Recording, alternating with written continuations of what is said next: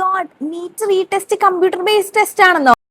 May 3 നടന്നിട്ടുണ്ടായിരുന്ന NEET examination ചോദ്യപേപ്പർ ചോർച്ചയെ തുടർന്നിട്ടാണ് ജൂൺ 21 മാറ്റി വെച്ചിട്ടുണ്ടായിരുന്നത്. അപ്പോൾ ഇതുമായി സംബന്ധിച്ച് ഈ പറയുന്ന പ്രശ്നങ്ങളെല്ലാം ചൂണ്ടിക്കാണിച്ചുകൊണ്ട് തന്നെ ഈ പറയുന്ന വരാൻ പോകുന്ന എക്സാമിനേഷൻ കമ്പ്യൂട്ടർ ബേസ്ഡ് ടെസ്റ്റ് ആക്കാനായിട്ട്, അതായത് ഓൺലൈൻ ആക്കാനായിട്ടുള്ള ഒരു ഹർജി സുപ്രീം കോടതിയിൽ എത്തിയിട്ടുണ്ടായിരുന്നു. അപ്പോൾ സുപ്രീം കോടതി ഈ ഹർജി തള്ളിയിട്ടുള്ള ഒരു വിധിയാണ് നിലവിൽ വന്നിട്ടുള്ളത്. അപ്പൊ നമുക്ക് ഇന്ന് അതിനെപ്പറ്റി ഡിസ്കസ് ചെയ്താലോ? അതായത് പെട്ടെന്ന് ഈ പറയുന്ന പരീക്ഷയിൽ ഉണ്ടാക്കുന്ന മാറ്റങ്ങൾ ഒരുപാട് പ്രായോഗിക ബുദ്ധിമുട്ടുകൾ ഉണ്ടാക്കുമെന്നും മാത്രമല്ല ഇതിന് ബേസ് ആയിട്ട് യാതൊരു രീതിയിലുള്ള പ്രിക്കോഷൻസ് ഒന്നും എടുത്തിട്ടുമില്ല. കൂടാതെ NTA, അതായത് നാഷണൽ ടെസ്റ്റിംഗ് ഏജൻസി, അത്യാവശ്യ സമ്മർദ്ദത്തിലുമായിട്ടുള്ള സിറ്റുവേഷൻ ആണിത്.